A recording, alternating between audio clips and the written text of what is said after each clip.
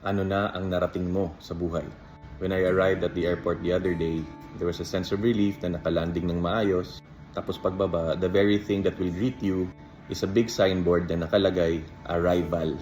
Tapos it made me think, ano na ba talaga ang narating ko sa buhay? Narating ko ba ang gusto kong marating nung bata pa ako?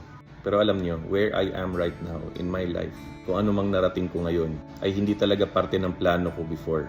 I could have never seen this. Pero masaya ako, maraming struggles din, maraming obstacles, even sufferings, pero still I'm grateful for what I have now and who I have now in my life, lalo na ang aking pamilya. Siguro habang nanonood ka nito, iniisip mo, parang hindi ko na-achieve yung goals na dapat kong ma-achieve at this point in my life. Siguro naisip mo, parang napag-iiwanan na ako, o kaya buti pa yung mga kabatch ko, napaka-successful na nila. Siguro I just want to tell you, kung ano man ang estado mo sa buhay ngayon, kung ano mang narating mo at na-accomplish mo, be grateful.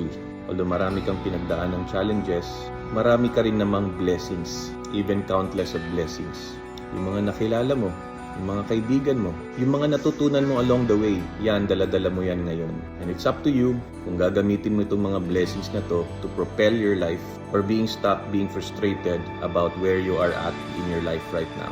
Alam mo, hindi pa huli ang lahat. You can still build a great life. You may not even be halfway in your journey. There are yet so many years ahead of you. Kaya tuloy-tuloy lang. Huwag tumigil mangarap and surely mas malayo pa ang mararating mo sa buhay. At huwag kalimutan, sumunod sa plano ng Diyos. Yung plano niya, yung kagustuhan niya, ay maging masaya ka.